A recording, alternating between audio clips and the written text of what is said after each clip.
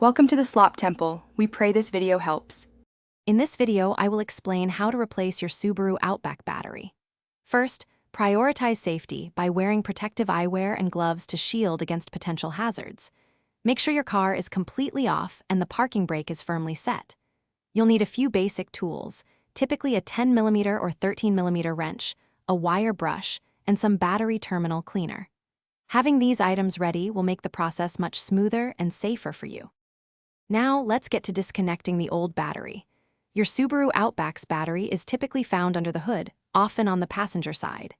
Using your wrench, always disconnect the negative terminal first. It's usually marked with a minus sign and has a black cable.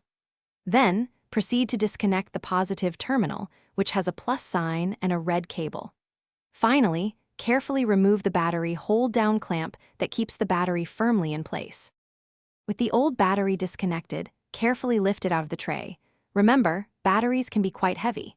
Place your new battery into the tray, ensuring it sits flush and stable. Reattach the hold-down clamp securely to prevent any shifting while driving. When connecting the terminals, always attach the positive terminal first, followed by the negative terminal. Make sure both connections are tight and free of any corrosion for optimal performance. Before you finish up, take a moment to double-check all your connections. Ensure both terminals are tight and the battery hold-down is firmly in place.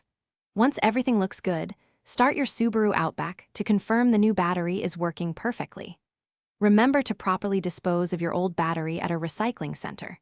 And speaking of upgrades, check the description below for a link to the Shark AI Ultra Robot Vacuum and other great deals to make your life easier.